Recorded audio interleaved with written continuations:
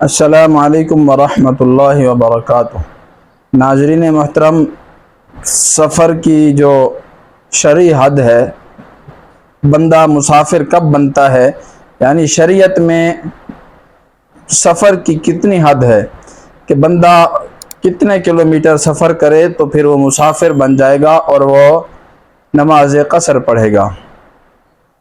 تو دیکھیں، اس کے لیے شریعت کا حکم جو ہے نا وہ یہ ہے کہ 77 کلومیٹر، اگر کوئی بندہ 77-78 کلومیٹر کوئی بندہ سفر کرتا ہے یا اس سفر کی نیت کر لیتا ہے تو وہ مسافر بن جاتا ہے۔ شریعت میں جو حکم ہے وہ اتنے کلومیٹر کا ہے، 77 کلومیٹر اگر کسی نے سفر کرنا ہے، اب اس نے جیسے سفر شروع کیا تو وہ مسافر بن جائے گا۔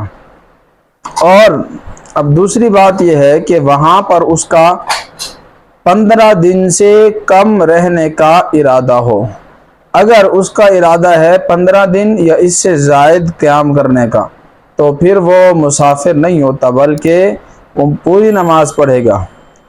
اور جس نے 77 کلومیٹر سفر کیا، ارادہ کیا، تو وہ راستے میں نمازیں بھی وہ سفر کی نماز پڑھے گا، اور وہاں پہنچ کر بھی 1 دن رہے، 2 دن رہے، 15 دن سے کم دن جتنے بھی رہے، 14 دن تک، تو وہ پھر وہاں پر مسافر ہوگا۔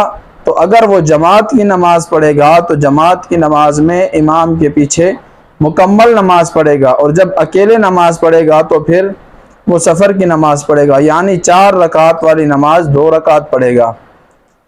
تو اس طریقے سے مسافر جو ہے وہ بندہ اس وقت بنتا ہے جب 77-78 کلومیٹر کی سفر نیت کر لیتا ہے۔ تو یہ مسئلہ ہم سمجھ لیں۔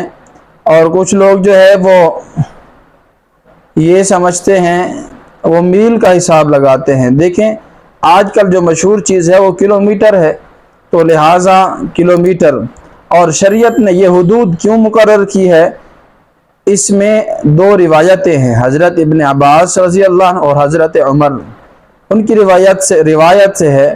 حضرت عمر رضی اللہ عنہ سے روایت ہے کہ وہ جو ہے نا سفر کرتے تھے تو اس وقت جو ہے اپنا فرسخ 48 فرسخ بتایا گیا ہے، اور 1 فرسخ جو ہے وہ 3 میل کی ہوتی ہے۔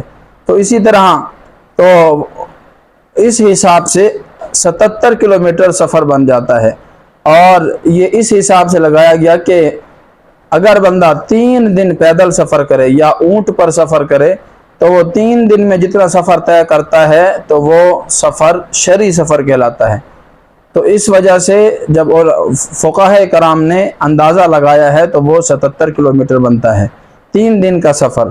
تو لہٰذا مسافر بندہ اس وقت بنے گا جب اس کی 77 کلومیٹر کی سفر کی نیت ہو۔ اللہ تعالی ہمیں عمل کی سمجھ کی توفیق دے۔